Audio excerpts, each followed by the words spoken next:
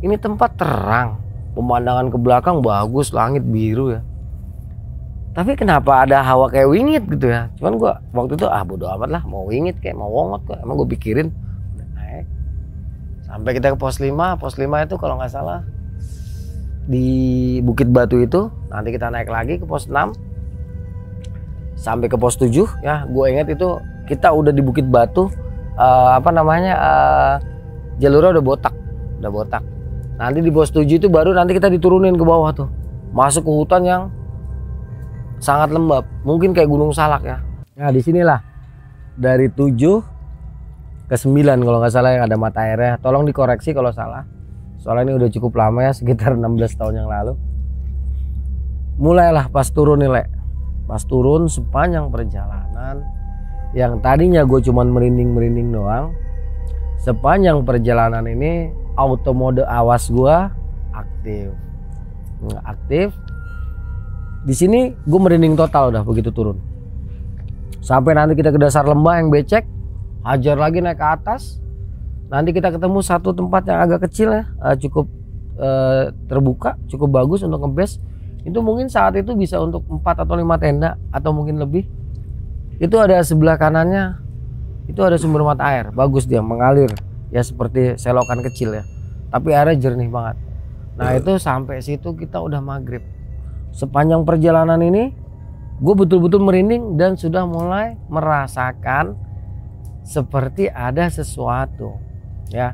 Untuk masalah ini ya, lagi-lagi gue ingatkan kepada teman-teman bahwa tidak semua orang bisa merasakan, apalagi bisa melihat.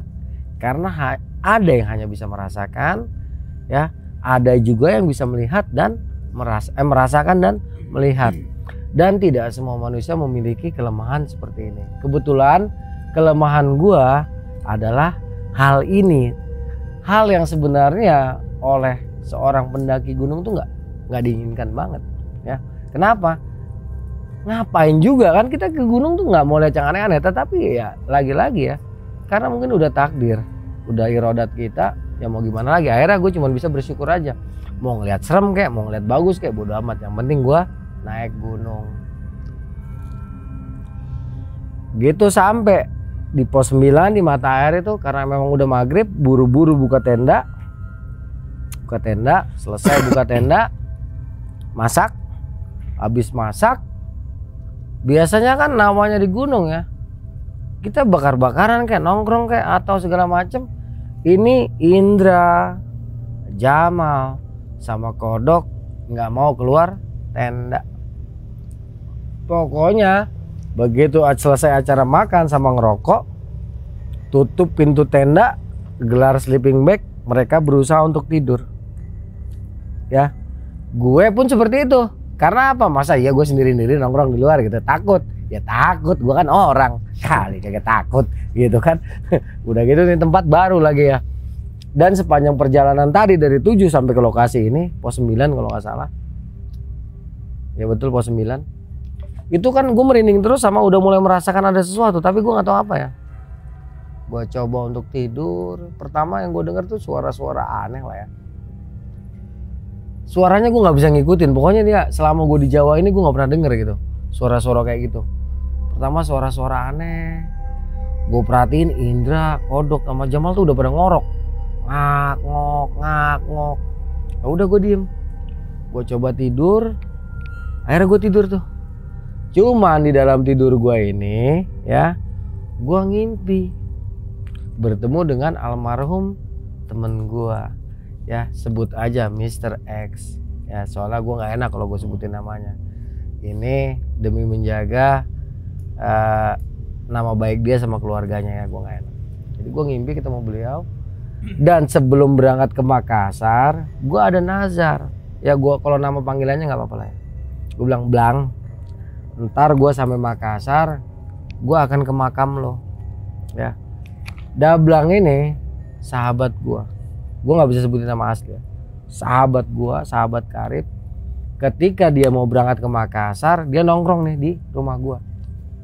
Pas dia datang ke rumah, itu posisi gue lagi naik Kawah Ratu tahun 97. Dia nungguin sampai 2 hari. Begitu gue sampai rumah, dia langsung negur gue, ganteng, Gue inget tuh kata-kata terakhir dia. Ganteng kata dia. Blang gimana lo, ngobrol-ngobrol. Terus dia nginep semalam lagi di tempat gue lupa lah pembicaranya apa. Yang jelas waktu itu kita ngobrol, gue, Dablang, almarhum nenek gue sama almarhum tante gue. Udah almarhum semua ya, gue doang ya, aduh. Pokoknya saat itu ngobrol ya, almarhum Dablang, almarhum tante gue, sama almarhum nenek gue. Dulu belum ada almarhum. Itu kita ngobrol di dapur.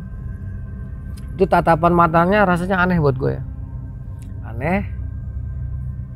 Sampailah besok, terus dia gue anterin ke Priuk. Dari Priuk dia naik kapal laut. Ternyata 2 bulan setelah kepergian dia, temen gue itu meninggal di kosan dia. Penyebabnya katanya sakit. Nah sebelum berangkat ke Makassar di kapal laut ya, sebelum gue naik kapal laut itu gue nazar, Blang, sobat, nanti sampai Makassar gue cari kuburan lo, gue mau ziarah di tempat lo. Gue udah lama nggak ketemu lo ya, paling nggak ngeliat nisan lo aja gue seneng gitu ya. Selama di Makassar gue lupa mau berkunjung ke makamnya dia, bener-bener gue lupa.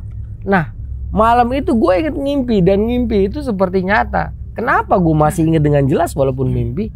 Karena itu tidak seperti mimpi ya. Jadi gue ingat setelah perasaan gue tertidur dengan nyenyak, gue ngimpi di depan tenda gue ini ada temen gue duduk. Temen gue, dia duduk tapi munggungin gue. Dia pakai celana pendek, pakai kaos singlet putih, dan ternyata itu keadaan saat terakhir dia ditemukan sudah kaku jadi jenazah. Jadi pakai lepis buntung. Aduh merinding. Dia duduk di belakang gue, tapi gue tahu. Gue lihat.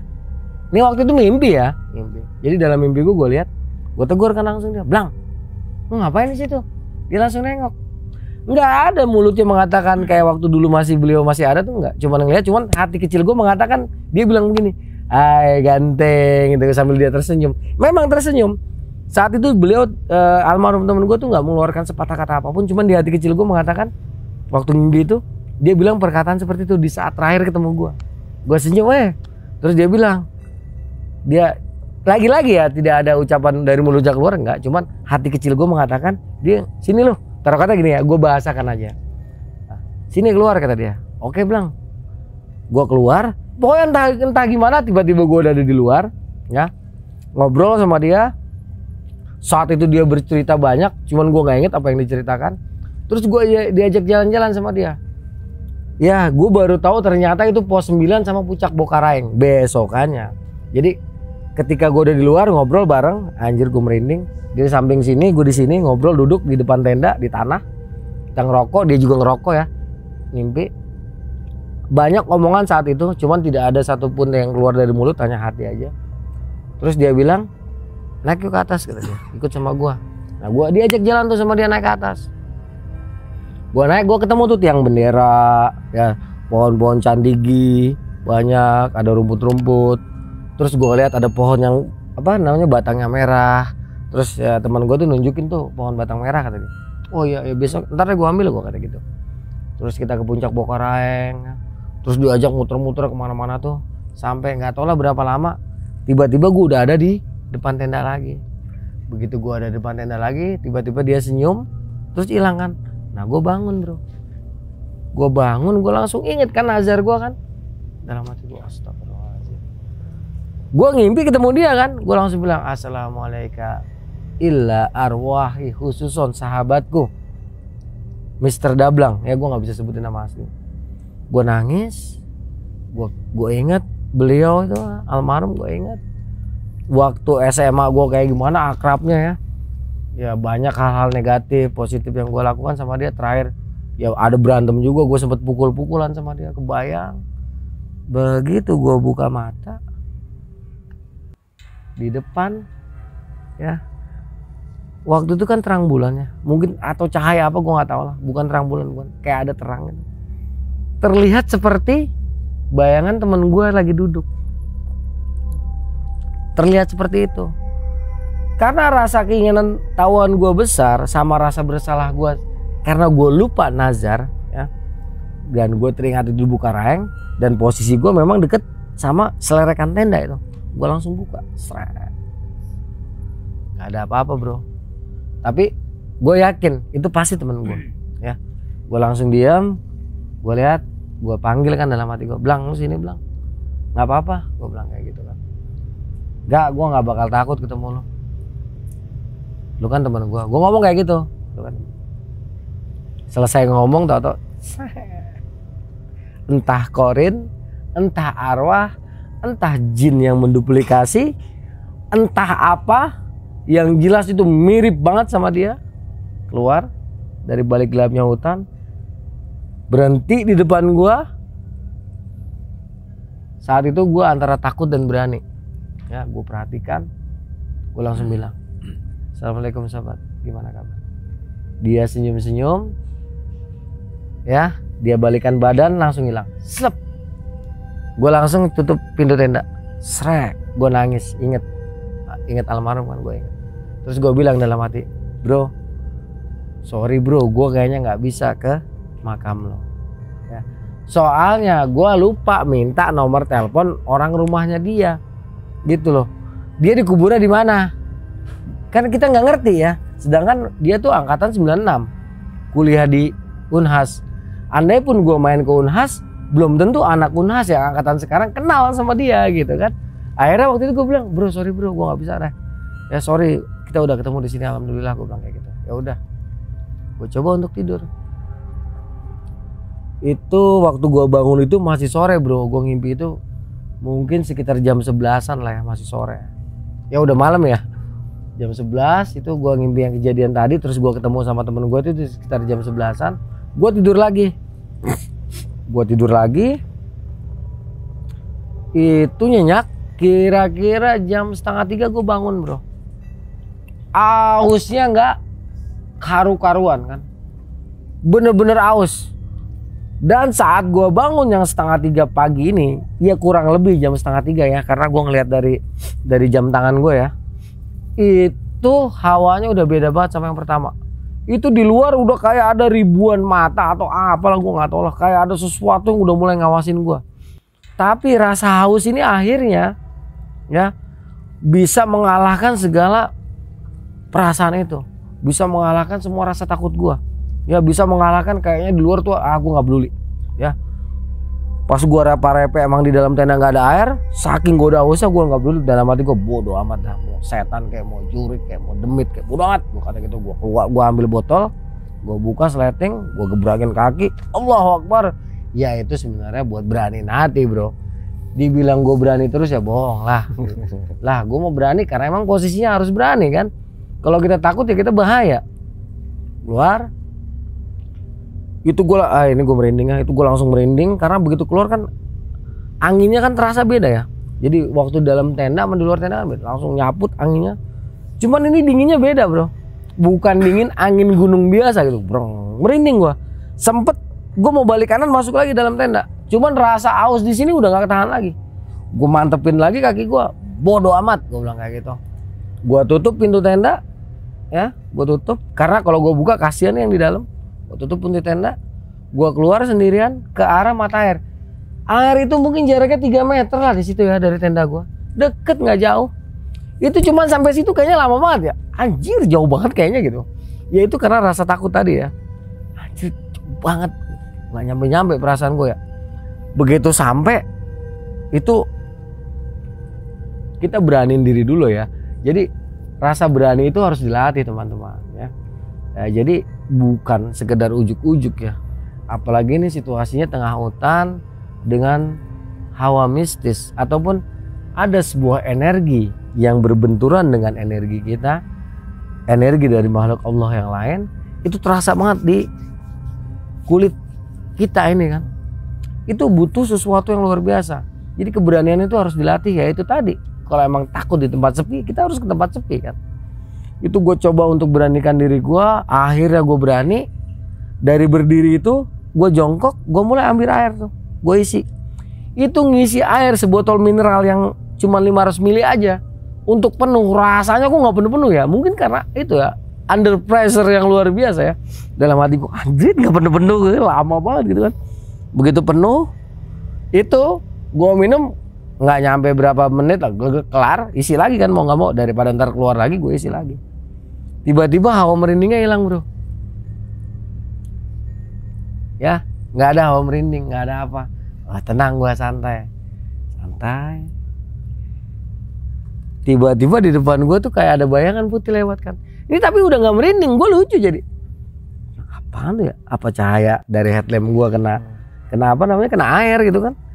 Begitu gua nengok, set, nggak ada. Bener, pantulan lampu gitu kan. Santai, setan dah amat cia. Diri, nengok ke belakang, jatuh duduk gua. Lompat gua langsung jatuh duduk. Astagfirullahaladzim. Ternyata saya tertipu. Jadi sesuatu yang sepertinya tidak apa-apa, ternyata di belakang di samping tenda ada sesosok wanita mungkin setinggi 175 cm dengan gaun Eropa, ya, wajahnya pucat pasi, dia berdiri, itu gelap gulita ya, itu gelap gulita. Tetapi saat ada dia seperti ada lampu kayak gini ya, di sekitar gue tuh seperti terang. Terlihat jelas, kakinya tidak menyentuh tanah, gaun putih ala Eropa loh, bukan ala kunti-kunti lokal ya, ini bukan ala miskun lokal, betul-betul pakaian Eropa, cantik, cuman sayang wajahnya pucat, betul-betul pucat. Gimana ya gue praktekin, dia berdiri, kelihatan kan?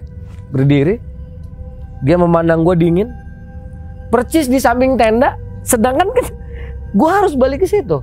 Lah kalau gue lari ke tempat lain gue bisa kelar. Gue diam, gue perhatiin, anjir, astagfirullahaladzim. Itu gue baca bismillah aja, bis. Nggak kena. Gue nggak tahu berapa lama ya gue baca bismillah aja nggak bisa. Bis mintul apa? Gue nggak ngerti lah. Pokoknya gue kagak bisa baca bismillah itu. Nggak tahu berapa lama, nggak taunya ya posisi gue tuh udah ada di saluran air. Nggak berasa itu udah basah. Nggak berasa, begitu terasa dingin, astagfirullahaladzim, gue beraniin, gue tenangin diri. Ya Allah, hidup matiku Engkau yang atur ya Allah, tidak satupun berkuasa atas diriku selain Engkau ya Allah, hidup dan matiku urusan Engkau.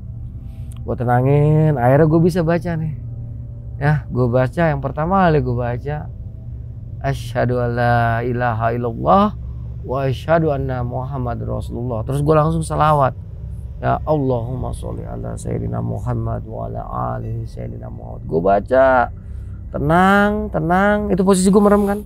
Begitu gue buka mata, udah gak ada. Lega kan. Baru nggak nih, kita udah basah kuyup semuanya. Dalam hati gue dingin. Begitu jalan ya, botolnya kan ketinggalan. Botol ketinggalan, gue bilang kayak gitu kan. Gue balik lagi ngambil. Udah pikiran gue udah gak ada apa-apa. Jalan ya. Begitu buka-buka tenda ya, sampai kan gue harus ganti celana nih, masa ya gue basah-basahan kan. Gue ambil celana. Ya gue waktu itu udah semi bugil gitu ya. Gue buka buru-buru cepet-cepet, gue ganti. Ya tengok aman. Ya, buka lagi pintu tenda tuh. Begitu gue nengok ada kresek kan, gue nengok, wah ada dia lagi anjir, gue langsung buru-buru masuk. Itu yang gue heran ya, anak Makassar tiga-tiganya gue masuk gazrak begitu, kagak ada yang bangun, kayak kesirap. Dalam hati gue, kodok, kok bangun kodok, bangun, itu nggak ada yang bangun satupun.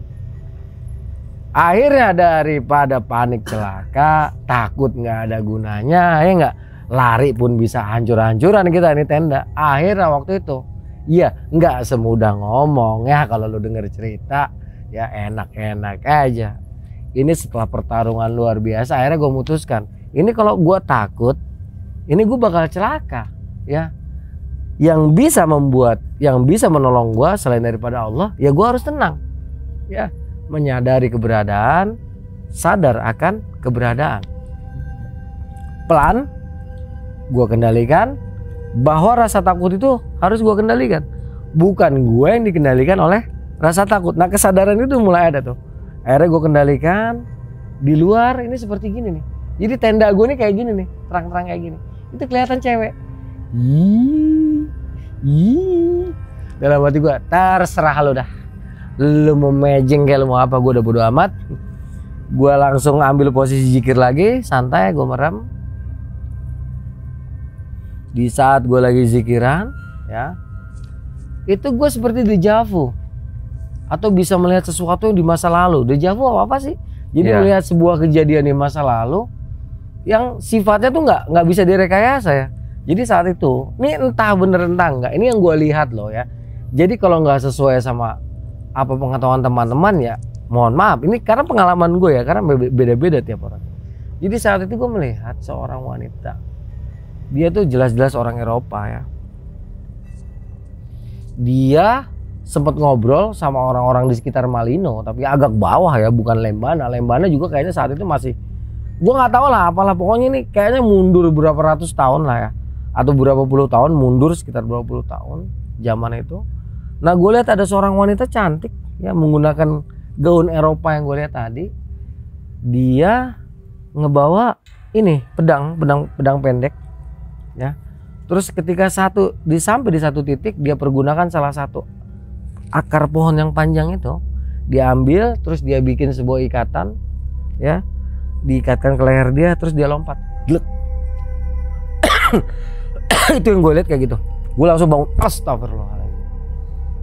Gue nggak tahu siapa waktu itu ya. Gue diam, gue repa-repa lagi. Perasaan gue bawa ini antimo kan. Gue repa-repa lagi, gue bilang kagak beres nih, kagak bakal molor nih, gue bilang. Gue repa-repa dapat antimonya, gue ambil 2 biji, gue telan. Les, tidur gue jejak banget. Sampai jam 11 pagi gue baru bangun. Itu begitu gue bangun, udah siap tuh segala macam makanan. Oh ya Mas Santo, nyenyak sekali tidurnya. Dalam hati gue, pala lu peang pas gue udah bangun. Tidur molor, gue kagak bisa tidur semalam gitu kan. Cuman gue gak ngomong apa-apa tuh. Mas Santo ada apa katanya semalam? Gue bilang enggak ada apa-apa. Gue bilang santai aja. Ya udah jam 11. Mas Santo cepet muncak. Ya taruh kata gak usah pakai bahasa Sulawesi ya. Mas Santo cepet muncak. Udah jam 11.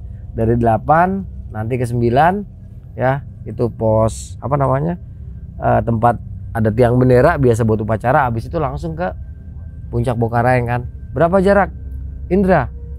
Itu paling lama 40 menit dari sini katanya. Oh ya udah. Terus si Indra sama si Kodok nggak mau nemenin, yang nemenin si Jamal. Jamal kok temenin Mas Santo gitu kan. Jamal juga takut. Jamal kenapa kok takut?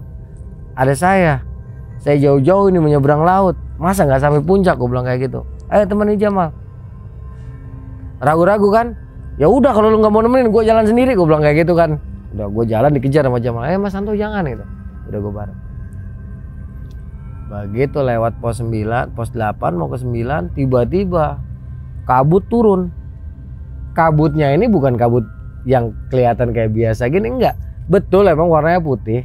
Cuman seperti apa ya? Seperti ngebentuk apa ya? Sesuatu lah ya. Nah Jamal ini langsung mogok begitu ngeliat kabut. Berhenti nggak mau jalan. Gue bilang, gue ngobrol, gue jalan sendirian kan. Gue jalan di depan, gue ngobrol, pas gue nengok, lah kemana si Jamal? Nggak taunya ada sekitar 15 meter di belakang gue, diem nggak mau gerak. Diem, gue balik lagi. Jamal, kenapa kok Jamal? Gue tanya kayak gitu. Mas Santo, ini kata Tata nggak boleh naik kita kalau ketemu kabut begini, bisa celaka kita, kata Jamal gitu kan. Gue bilang, Jamal, kok ini cuma kok ini kabut? Kenapa kok ini? Hidup mati kita Tuhan yang ngatur Jamal. Kok jangan pikir-pikir ini. Tidak Mas Santo, ini kabut bahaya ini. Soalnya kan gue nggak ngerti ya, Tata ngomong ke mereka kan pakai bahasa Makassar. Gue nggak tahu kalau ada kabut begini pendakian nggak boleh diteruskan. Cuman yang itu udah kelihatan pos 9. Dari pos 9 ke puncak Bokareng itu cuman 50 meter lagi, cuman sejengkal lagi. Jadi kalau turun itu kan aduh sayang banget. Gue balik lagi Jamal, dia tetap nggak mau. Gue bilang, Jamal, kok diam di sini Jamal? Gue bilang, hidup mati Allah yang ngatur, percaya saya Jamal. Ya, saya nggak bisa tinggalkan kamu, tapi juga kamu jangan di sini. Percaya diri, percaya teman, percaya Tuhan. Kau percaya saya percaya kamu. Ya, saya percaya, kita percaya sama Tuhan Jamal. Jangan percaya lain. Ini kabut ciptaan Tuhan Jamal. Kalau kau mau diam di sini, kau diam di sini, jangan kemana-mana. Kalau kau mau ikut. Akhirnya Jamal, ya Mas Santo saya ikut katanya. saya percaya sama Tuhan katanya. Jalan, begitu sampai puncak Bokaraeng, kabutnya hilang. Nah, kabut hilang, foto-foto, kabut lagi turun, pucet lagi si Jamal. Mas Santo turun, Mas Santo ini bahaya katanya. Gue agak-agak ini juga ya, agak-agak bingung juga ya. Soalnya waktu itu saat kabut itu gue nggak ngerasa apa-apa, bener-bener gue nggak ngerasa apa-apa, gue santai. Gue bilang santai kok dulu Jamal, foto-foto dulu saya ini, foto-foto dapat 10 frame lah. Turun, Jamal di depan, agak cepet dia jalan. Begitu sampai ke pos gue ngebase malam, itu ternyata semua udah di packing, udah rapih. Mas Santo cepat turun, kata Indra, kata si Kodok. Mas Santo cepat turun, jangan lama-lama di sini katanya. Kenapa? Saya belum istirahat ini. Nanti saja istirahat di bawah katanya. Gue bilang ada apa nih? Perasaan semalam gue yang aneh gitu kan. Udah gue ikutin karena gue 3 lawan 1 dan gue tamu saat itu ya. Gue nggak tahu ada apa aja. Ya udah gue ikutin turun. Nah, kita turun, begitu kita mulai meninggalkan 8 turun ke bawah. Perasaan gue nih ya, perasaan gue nengok ke belakang kan. Itu temen gue bro, pakai baju yang seperti semalam gue lihat, celana pendek. Teman gue begini di belakang, dia senyum terus hilang. Udah anjir gue merinding. Turun, kan itu hutannya gelap ya, mungkin yang udah ke Bokaraeng tahu lah. Dari 7 ke 8 itu posisinya gelap, posnya gelap ya. Turun ke bawah, hutannya benar-benar lembab dan lebat. Sesiangan ini sepanjang perjalanan ya, sudut mata kiri atau kanan gua, tapi kalau diginiin tuh nggak ada ya. Jadi di sudut kiri dan kanan gua tuh melihat penampilan yang seperti gua lihat di saat malam hari tadi. Dia kadang di sini ya, kadang kayaknya melayang, tapi kalau kita tempok begini nggak ada, kalau kita plototin ini nggak ada gitu, cuman di sudut-sudut mata aja. Sepanjang jalan gue merinding sampai kita ke pos 7, turun ya, lewatin pos 5, merinding lagi tapi nggak ada apa-apa, kayak masih ada sesuatu yang ngikutin aja ya di sudut mata kanan gue nih, terutama kayak di belakang ada sosok yang gue lihat semalam tadi ya. Ini siang-siang padahal ya. Turun terus di pos 4 istirahat sebentar, gue minta istirahat tapi anak-anak nggak mau. Nanti aja Mas Santo tanggung di rumah Tata aja katanya, nanti kita kena malam katanya, kalau udah lewat pos 3 nggak apa-apa lah. Gue baru ada pertanyaan, pos 3 bodo amat lah, udah turun ini, turun. Nah menjelang masuk pos 3 yang tadinya cuma ada di sudut sini ya, sekarang dia pindah ke agak tengah. Dan ketika kita lihat, ada ternyata sosok gadis bule cantik tadi ngikutin gue sampai ke pos 3. Nah di pos 3 ini yang lain udah turun semua tuh, gue ditinggal sendirian di belakang. Karena apa alasan mereka? Satu, gue senior ya. Kedua, mereka percaya sama gue bahwa gue paham yang namanya jalur. Dan gue pun gak menyalahkan mereka, karena memang gue bilang kalau memang kalian mau buru-buru sampai gak masalah, karena gue hafal punggungannya, gue hafal jalurnya, gak ada apa-apa. Silakan aja kalau emang udah nggak bisa mengendalikan rasa takutnya, silakan, gue bilang gitu. Kebetulan di pos 3 gue tinggal sendirian bro. Itu udah sekitar jam 4 sore. Udah sekitar jam 4 sore. Di pos 3 gue berhenti ya, gue nyalain rokok. Dan mata gue kembali tiba-tiba menatap ke arah pohon yang pertama kali gue datang, yang gue merinding. Mata gue menatap ke situ. Nah pas disitulah gue lihat lagi adegan tadi. Grek. Gitu loh, nyalain rokok nggak jadi, langsung gue jalan.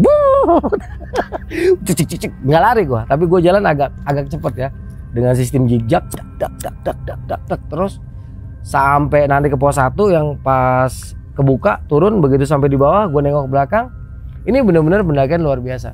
Permasalahan mau teman-teman percaya atau tidak itu gue kembalikan lagi, karena memang tidak semua orang mengalami seperti ini ya. Ini karena memang gue memiliki kelemahan yang kagak enak banget ini dimiliki oleh seorang pendaki. Tetapi kelebihannya adalah gue jadi banyak cerita. Alhamdulillah, selalu gue syukuri, gue selalu bersyukur pada Allah Subhanahu wa Ta'ala ya dengan kelemahan ini. Nah jadi ketika gue sampai di kampung, di kebun-kebun, gue nengok ke belakang, gue kembali melihat sosok seperti kawan gue. Kali ini dia begini, dia melambaikan tangan terus hilang. Gue terus ke arah rumah Tata. Nah anak-anak udah nungguin gue di situ. Mas Santo lama sekali, dalam hati gue, gimana kagak lama? Orang gue harus ngelawan diri gue dulu. Ya kan kita nggak usah ngelawan siapa, jadi kita harus lawan diri kita dulu. Jadi sepanjang perjalanan walaupun gue cepet, itu sebenarnya kita juga bertarung sama diri kita supaya kita jangan kepleset, jangan jatuh. Jadi tetap harus jalan tenang. Jadi atur napas, atur keberanian. Setelah semuanya udah fine, baru kita bergerak lagi. Begitu sampai anak-anak, Mas Santo lama sekali. Gue bilang, ya gimana nggak lama bro. Ya udah ntar gue ceritain deh. Jangan di sini Mas Santo katanya. Nggak lama Tata turun, naik kata Tata, naik. Gue mau cerita kan sama anak Makassar, cuma kata anak Makassar nanti aja ceritanya di Makassar. Beda anak Makassar, beda Tata. Kalau kata Tata, sudah cerita saja kamu. Apa Mas Jawa gitu kan, manggil gue Mas Jawa ya. Gue cerita bahwa gue ngomong pakai bahasa Indonesia, tetapi si Tata ini mengerti bahasa gue. Gue cerita bahwa semalam itu gue berjumpa dengan sosok yang gue ceritakan tadi. Si Tata itu sampai kaget ya, dia bilang, beruntung sekali katanya. Terus ditanya tuh antara Jamal, Kodok sama si Jamal, Kodok sama si Indra ditanya, sudah ada yang pernah lihat belum? Belum pernah. Ini orang Jawa beruntung banget katanya. Terus dapat kayu merahnya nggak? Enggak, gue bilang kayak gitu. Cuman saya lihat posisi lagi mimpi atau lihat? Saya lagi mimpi. Begitu saya ke puncak Bokareng yang tadi gue itu, karena Jamal posisinya agak panik, itu gue nggak ngeliat apa-apa sih, ya. Turun, nggak ngeliat tuh. Nah kata Tata, dulu di puncak Bokareng ini ada seorang pendekar sakti. Gue nggak tahu cewek apa cowoknya, pokoknya ada orang sakti itu luar biasa, dia bertapa di sana. Nah kayu merah itu sebagai salah satu senjatanya dia yang dijadikan tongkat. Nah kalau noni Belanda yang gue lihat tadi, yang orang bule itu ternyata noni Belanda yang betul konon menurut cerita dari penduduk lokal, memang dia bunuh diri di situ. Nah, tetapi kata Tata, di antara kedua makhluk yang disebutkan tadi dari cerita mitos tadi, itu semuanya nggak ada yang jahat. Nah itulah ya teman-teman kisah gue di Bokareng, dan part menegangkannya ya tadi di saat gue bermalam di pos 8. Tapi si noni Belanda itu nggak menyampaikan pesan atau apa gitu? Enggak ada. Enggak, cuman natap aja, cuman mungkin dia mau nyapa kali ya. Cuman karena dia makhluk goib, ya kita kaget. Ya, gue sampai basah kuyup nggak berasa pantat gue, saking kagetnya lompat ke selokan itu. Kemungkinan besar mau nyapa atau mau apa, cuman karena kitanya kaget lah. Ya di tengah hutan malam-malam ngeliat begituan, kalau berani ya syukur, takut juga wajar. Normal itu gitu kira-kira. Berarti emang nggak ada komunikasi sama sekali dengan si noni Belanda itu tadi, Bang? Justru dengan almarhum temen gue ini semacam kayak ada pembicaraan di dalam hati ya. Gue minta maaf karena nggak sempet lah dan lupa sama najar gue gitu. Oke. Nah Bang Arya Sena, ini kan akhir-akhir ini kan banyak banget kecelakaan di atas gunung. Iya. Yang terakhir kemarin di Gunung Bokareng juga. Tanggapan dari Bang Arya Sena sendiri ini, mengapa sih banyak sekali kecelakaan di gunung akhir-akhir ini gitu Bang? Menurut hemat gue ya, itu kurangnya persiapan. Ya, dalam pendakian gunung itu selain logistik, selain peralatan ya, mau branded kek, mau nggak branded kek ya, itu ada faktor-faktor lain yang harus sangat diperhatikan ya. Terutama teknis pendakian ya. Ini yang terkadang dianggap remeh. Bukan pecinta alam juga nggak apa-apa. Banyak kok yang naik gunung kesono kesini nggak kenapa-napa. Iya, kalau lagi nggak kenapa-napa ya. Tentunya setiap kejadian tuh selalu ada hikmahnya. Kalau untuk ngejudge, apalagi sampai berurusan dengan kematian, mohon maaf gue nggak bisa komen, karena tiap-tiap jiwa itu milik Allah. Hanya bagaimana cara dia kembali itulah ya yang bisa kita ambil pelajarannya, yang bisa kita ambil contoh, yang bisa kita ambil hikmahnya, supaya jangan sampai kejadian seperti tersebut. Seperti gue bilang tadi, ini biasa teknisnya nggak ada ya. Satu, kurangnya pemahaman dasar tentang mountaineering. Kedua, tidak memiliki jiwa korsa atau jiwa kesetiakawanan ya. Seperti gue bilang tadi, ada 3 hal yang harus diingat. Percaya diri, percaya teman, percaya Tuhan ya. Percaya terhadap diri sendiri mampu, bisa. Percaya teman, kita saling percaya, jangan tinggalkan teman ya, jangan berantem sama teman. Dan percaya Tuhan, karena semua itu di tangan Tuhan ya. Nah Yang kedua ini yang paling sering dilupakan adalah bahwa setiap pendaki itu ya memiliki mata rantai hidup yang harus saling mendukung, yang harus saling melindungi satu sama lainnya ya. Kesadaran tentang mata rantai hidup yang ada di dalam diri seorang pendaki itu harus ada sejak berangkat dari rumah dan dia kembali sampai ke rumah ya. Dimana kalau udah ada kesadaran mata rantai hidup itu bahwa kita adalah lingkaran mata rantai hidup yang tidak boleh terpisah, tidak boleh terpecah-pecah. Terpecah-pecah sama apa sih? Ego ya, kebodohan kita ya, itu nggak boleh kepecah-pecah sama itu. Ketika kita sadar ini teman gue, apapun yang terjadi sama teman gue ya teman gue, hidup mati kita dalam artian kita harus saling melindungi ya satu sama lainnya, jangan sampai kepisah-pisah. Nah, kejadian yang di Sulawesi ini merupakan contoh dari minimnya pengetahuan dasar soal mountaineering, juga kesetiakawanan. Hipotermia adalah sebuah kondisi di mana tubuh kehilangan panas. Kenapa tubuh kehilangan panas? Karena tidak ada karbohidrat yang dikelola oleh tubuh sebagai sumber panas tubuh untuk bisa bertahan dan beradaptasi dengan suhu pegunungan yang cukup ekstrim. Karena tidak adanya sumber ya di tubuh kita untuk menahan dingin tadi, maka otomatis tubuh tersebut akan kehilangan panas tubuhnya. Sampailah dengan kasus di mana terjadi hipotermia. Nah, untuk mencegah makanya kita harus siapin makanan yang banyak ya.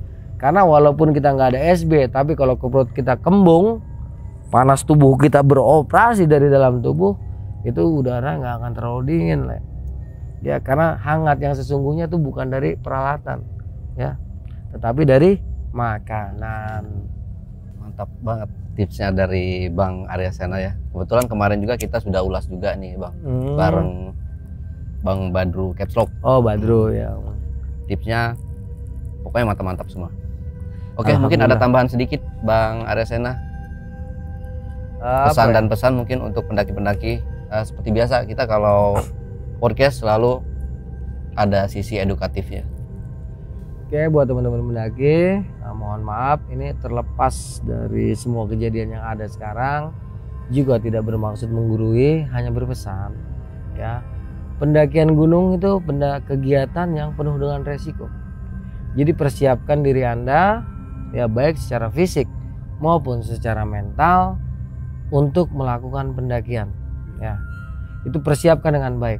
Secara fisik Anda harus berlatih, secara mental Anda harus sadar bahwa Anda adalah individu hidup yang ada di dalam kelompok-kelompok pendakian yang harus saling membackup dan melindungi satu sama lainnya. Haram meninggalkan teman, apalagi menelantarkan teman hanya karena urusan puncak. Puncak itu cuman bonus. Karena yang terpenting adalah Anda naik dengan selamat dan kembali ke rumah juga dengan selamat. Nah, Backpackers, itulah tadi obrolan misteri jejak backpacker bersama narasumber kita, Arya Sena. Jangan lupa untuk selalu support channel Jejak Backpacker. Subscribe, like, komen, dan share video-video YouTube Jejak Backpacker.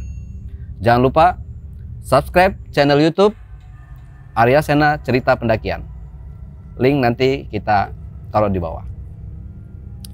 Wassalamualaikum warahmatullahi wabarakatuh. Oke, Bang Arya Sena, terima kasih buat waktunya. Sama-sama. Next kita mampir lagi, Bang. Oh, oke, pintu selalu terbuka.